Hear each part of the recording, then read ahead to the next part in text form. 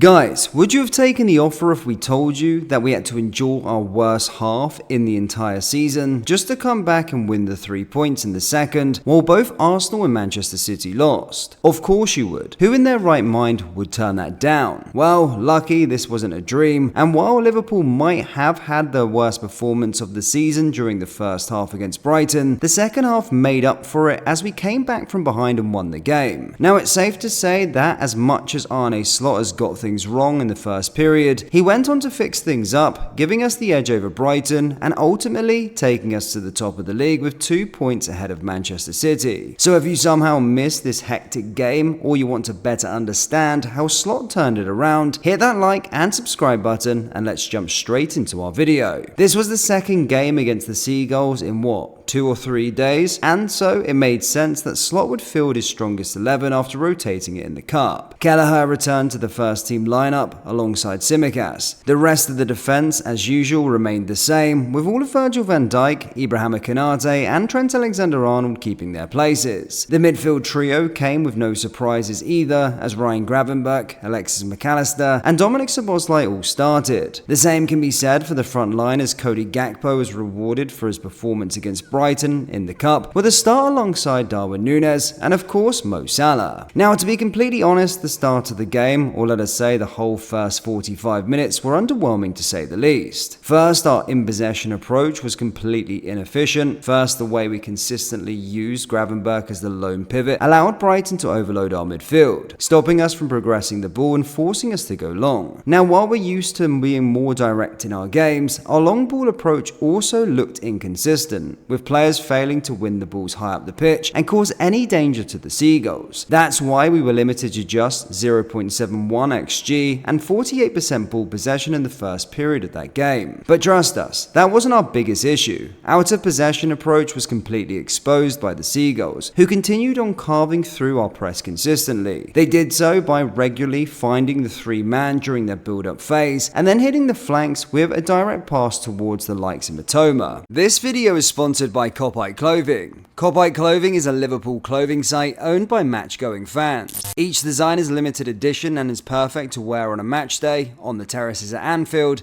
down your local, or cozy in the comfort of your own home. As stated, each design is limited edition, and if a product is showing out of stock, they will not be restocking the item, so if you have your eye on something, grab it fast.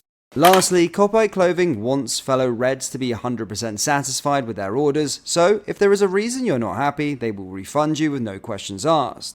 Head over to copiteclothing.com or down into the link in the description to get all of your Liverpool merchandise. Anyway, let's get back into today's video. Now let us clear things up. Although we often highlight how vulnerable the 4-2-4 and passive pressing system Arne Slot has implemented, there was another factor that made this approach more vulnerable. It felt like players were extremely fatigued. The likes of Dominic Szoboszlai and Darwin Núñez, who always give 100% of their effort, looked like they struggled to make recovery runs, ultimately letting Brighton players get away with the ball once they broke through our pressing structure. Brighton kept it simple. They circulated the ball at the back, lured in our players and made the pass on the blind side towards one of their pivots or wide players to completely leave our block behind and threaten Kelleher. In fact, if it wasn't for the 25-year-old making a crucial save in the first period, we would have been in much deeper trouble. Now, we mentioned Matoma earlier, and we have to talk about him once again now. The Japanese was a complete menace on the left-hand side, taking advantage of the space Trent Alexander-Arnold left and using his dribbling to get past the players. On the other flank, it was goal scorer Kadiglu who caused us issues, using his explosive pace and physicality to tear through our structure, and ultimately found himself at the end of Matoma's cross to score Brighton's goal. Fortunately, the second half saw us go through so much improvement, and at least we had the ball, and it's all thanks to the changes Arne Slot made to the team. And just like he quickly reacted in the first game of the season against Ipswich, he did it once again by bringing Joe Gomez for Ibrahima Konate and giving Trent more freedom to occupy central space and possession. Although this made us go gun-ho when attacking, it gave us more stability and control in possession, as we finally matched Brighton's numbers in the middle of the pitch, and we were able to keep the ball longer compared to the first period. Possession numbers slightly improved to 50%, and we also averaged a bit better XG with 0.89, but what's worth mentioning is how Brighton's XG dropped to 0.22 from 0.78. Again, this is mainly due to the fact we became better in possession, with Trent bringing more numbers numbers in midfield, as we were less vulnerable when losing the ball and Brighton couldn't exploit our structure the way they did in the first period. But that's not all. Joe Gomez also brought so much needed calm and composure on the ball, and solidity without it, as he finally put an end to Mitoma's threatening runs on the side of the pitch. What we just discussed was only 2 changes out of 3 that Slot made, and perhaps the third is the most important. In the second half, we saw less of the 4-2-4 structure and more of a front 3 with a man-to-man marking system behind it. This stopped Brighton from circulating the ball during their build-up and limited their options to progress the ball as the pivot player was consistently marked. This way, the Seagulls were forced to go long, and with us winning 57% of aerial duels in the second period, we finally managed to keep them at bay. And so, we started creating more chances, ultimately resulting in Cody Gakpo's equaliser, and when Brighton decided to push higher as they felt they could get the winner, we hit them with the oldest trick up our sleeve, the Jurgen Klopp transition ball. Our second goal was taken from our legendary manager's notebook as we managed to steal away the ball in our own half before springing back to attack and completely dismantling the opposition's lines. And once we were in the final third, with Mo Salah running down the wing and cutting on his strong left foot, there's no way to stop his trademark curled effort. And that's what happened, as the Egyptian king gave us all 3 points. The final minutes of the game were again shaky as Brighton had some chances to equalise, but fortunately we managed to seal the game and get away with all 3 points, despite putting one of our worst performances of the season. Again, the players' efforts in the second half should be praised after they looked completely uninspired and out of breath in the first. However, Arne Slot should get a lot of praise for the way he reacted to the game's state and how he changed things around. The Dutchman not only made a halftime substitution, bringing in Joe Gomez in, but he also tweaked things in our structure, giving us the edge at the end. He switched from a 4-3-3 to a 4-4-2 to get the equaliser and the second goal, and once we did that, we brought in Wataru Endo and returned to the 4-3-3 to protect the lead and steal the game. This kind of game management is crucial if we want to compete and potentially win the league title, not to mention the Dutchman's man management and how he motivated players in the halftime talks. Yes, the cup game against Brighton was also tough, but this one was on a completely different level, and so we have to give credit to the Seagulls and their young manager, who despite taking the lead, they didn't look to park the bus and instead kept on going for it, giving us the toughest half of our season. Fortunately for us, we capitalised on their courageous approach, as we'd never get the chance to pull the Klopp transitional ball card for the second ball if we weren't playing against a deep block. So what are your thoughts on the game? Do you think that Arne Slot's approach without the ball is sustainable, or will it prove to be costly at the end of the day? Why do we see the players perform better in certain periods of matches and then drop in others? Let us know your thoughts in the comment section below, and if you enjoyed today's video, why not hit that like and subscribe button for more Liverpool content. Don't forget to check out our sponsor Sarah, link is down there in the description. Thank you, I'll see you all next time. Take care.